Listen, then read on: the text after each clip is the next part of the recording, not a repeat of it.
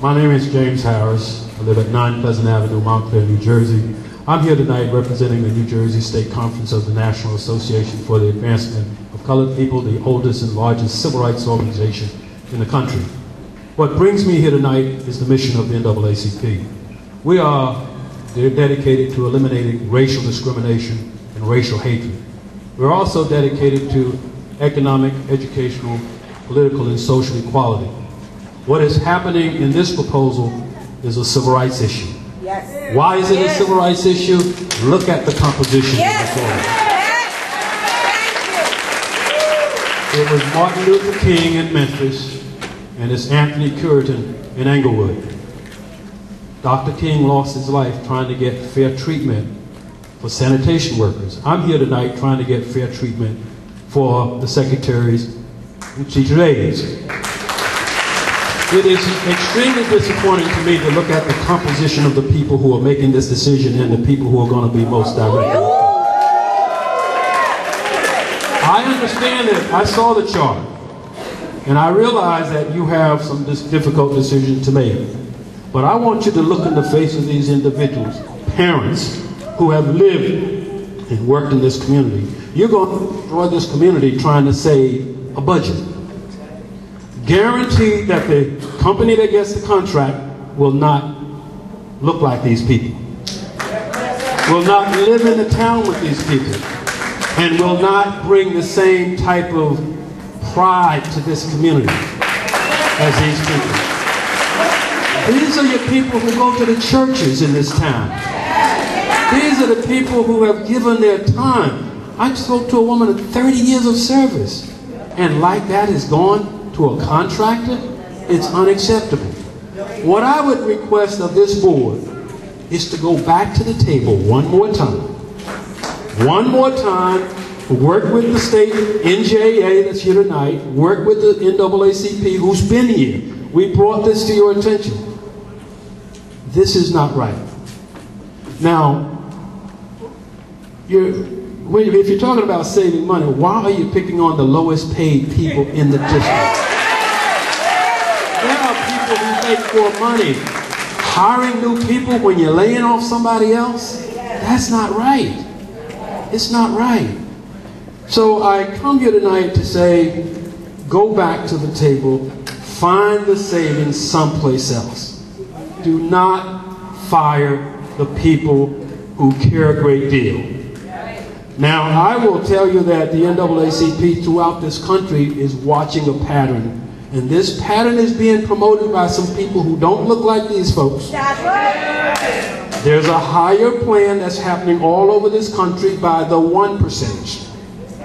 Not the 99% that's sitting out here. So I would plead with this board, go back to the table, take another look, and make this a humane decision that serves the best interest of the people in this community and not some private corporation from outside of this community. And the final thing that I would say is this. The NAACP will not go away with whatever decision you make tonight.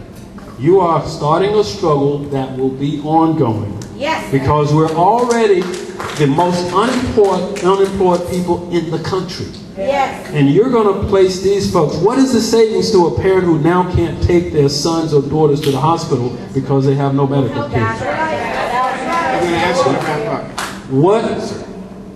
Go back to the table, find the savings someplace else. If you have to split it down the middle, but please don't terminate these individuals who care greatly about this community.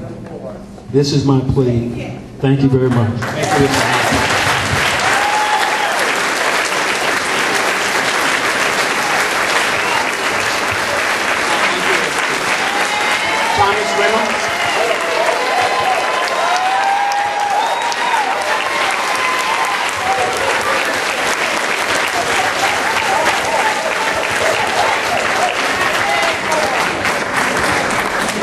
Good evening, Thomas Reynolds, 65 North Willow Street, Montclair, New Jersey, president of the Montclair NAACP. And first, I really wanted to say thank you. I mean, it's amazing to walk into a town where a board looks like us. I want to thank you all for taking the time to dedicate your unpaid time to work on these issues. I mean, I don't want to be in your seat right now, so thank you. But I also want to tell you about something that's happened in Montclair. We were here a year ago. This is a cautionary tale. We were here 1 year ago with the exact same problems where where the board decided that they were going to get rid of the health insurance and the benefits of our teachers' aides in Montclair. And after they did that, they actually took the time to look at the budget carefully, very carefully, line by line, and made cuts where they were necessary, turned around with a $14 million surplus. I'm not saying yours is going to be $14 million. There's a smaller district. I understand that. You have a lot of things you have to consider. But it cannot be on the backs of the people who actually sit there with the students who need the most help. Now, I grew up in the church. And there's one line that just keeps running through my head, that there's nothing new under the sun. You can find some other way to cut the money. Now, something that really needs to be considered here is the human capital. The Education Commissioner, Cerf, has come to Montclair, and he spoke about how there are many stakeholders that are involved in educating our students, from the teachers, the administrators, the board, the furniture vendors, the people who made the chairs that all the kids sit in, to the water fountains, etc. But what's most important, and these are Commissioner Cerf's words, are the students. And these students, the ones who need the most help, not the ones who are doing really good and just need a little help, doing decently, are the ones who need the most help are the ones who are being helped by the people just like you, just like me, look like us. So I believe in education, and simply, if you believe in education, we simply cannot just get rid of those who provide it. If you believe in closing the achievement gap, you cannot get rid of those who directly narrow it.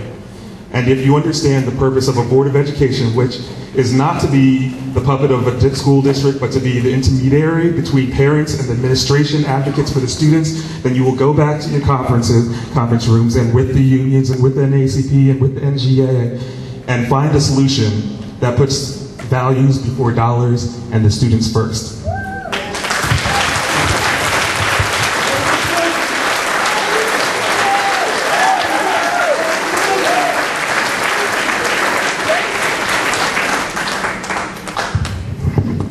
Good evening, Anthony Curidan, 383 Marlborough Road.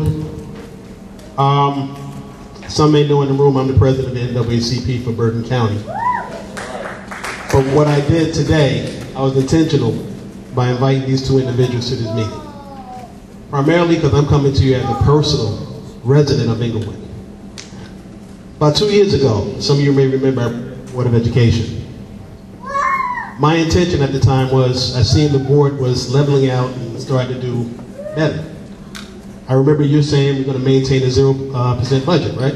Recall that, Mr. Brown? Okay, I guess you're not going to answer that. I'm a little perplexed where all the money has gone over the past 2 years.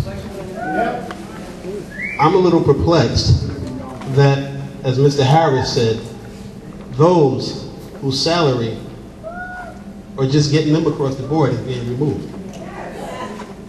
I know how it is to live in Englewood. I've been from here all the way to my current height, current age, my kids that went through the school system, so on and so forth. You talked about, you too, Mr. Garrison, about the community and how great a community you want to make it. How great a school system you want to make it. How can you begin to make it a greater school system if you're tearing down the fabric? Just 8 years ago, I believe, we brought in an assistant superintendent. You may have read the papers. But he hasn't had involvement with the criminal justice system. Ask yourself the question, did it tear down the district then, and it still has an effect in this present day and time? Yes. Now, as an officer, you bringing in folks for how much an hour? I think $18.75 an hour. Are you $10 an hour before or after tax? $6, okay? Are you going to get the same commitment from these folks for that nominal figure? I don't think so. I don't think so.